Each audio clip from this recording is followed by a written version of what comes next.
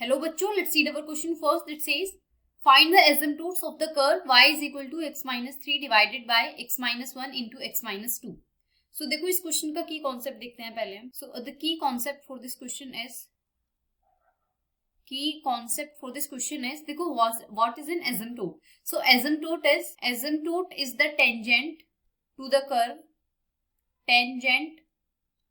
to the curve at infinity. So हमें ये asymptote find करना है. और किसका फाइंड करना है? सो हम एसिम्प्टोट फाइंड करना है y is equal to x minus 3 divided by x minus 1 into x minus 2 का.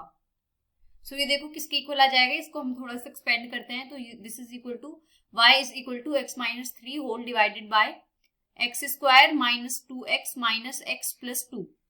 इसको देखो क्रॉस मल्टीप्लाई करेंगे तो ये आ जाएगा हमारा 2 1 is 3. तो ये जाएगा y x square minus 3xy plus 2y is equal to x minus 3. उसको और थोड़ा सा अरेंज करते हैं तो ये जाएगा y x square minus 3xy plus 2y minus x plus 3 is equal to 0. तो ये हमारी इक्वेशन है जिसका हमें एसिम्प्टोट फाइंड करना है. सो एसिम्प्टोट फाइंड करने के लिए हमारा सबसे पहला स्टेप होता है कि जो भी हमारी हाईएस्ट डिग्री वाले जो टर्म होते हैं उसको हम अलग लिखते हैं और उसको डिनोट करते हैं फाई ऑफ एनएम से.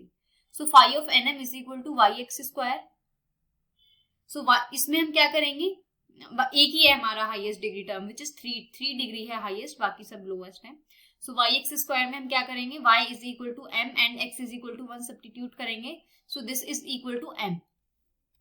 सो हमारी हाईएस्ट डिग्री कितनी आ गई 1 and phi of N minus 1 of M. ये क्या होता है, this is the second highest degree term and second highest degree कितनी है हमारी 2 और उसका एक ही टर्म है विच इज माइनस 3xy. इसमें अगेन हम वही करेंगे, x is equal to 1 and y is equal to m put करेंगे तो इसकी वैल्यू आ जाएगी हमारी माइनस 3m.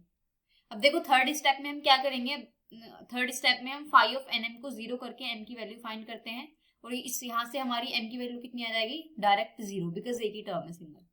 अब देखो हमारी एसिम्प्टोट कितनी होती है, y is equal to M X plus C की फॉर्म में. तो इसमें m की वैल्यू तो हमें पता चल गई which is equal to 0. m की वैल्यू हमने फाइंड कर ली. तो अब हम c की वैल्यू फाइंड करेंगे. तो c की वैल्यू फाइंड करने का फॉर्मूला होता है minus of phi of n minus 1 of m whole divided by phi of n m का derivative with respect to m. So देखो इसकी वैल्यू अगर हम पुट करेंगे तो phi of n minus 1 of m का नेगेटिव ले लूँ तो यह आ जाएगा 3m divided by phi of n m है हमारा m और उसका डेरिवेटिव कितना आ जाएगा, एक सेकंड, m है माइनस m. ओके m है तो इसका डेरिवेटिव कितना आ जाएगा 1. सो c की वैल्यू हमारी कितनी आ गई 3m. c की वैल्यू 3m आ गई और y क्या था हमारा m x प्लस c. देखो यहाँ पे हमारी अगर m की वैल्यू पुट करेंगे 0 तो यहाँ पे c की वैल्यू हमारी 0 आ जाएगी और c की वैल्यू भी हमारी 0 हो गई और m की वैल्यू भी 0 हो गई. तो हमारा एसिम्प्टोट कितना बना, y इज इक्वल टू 0.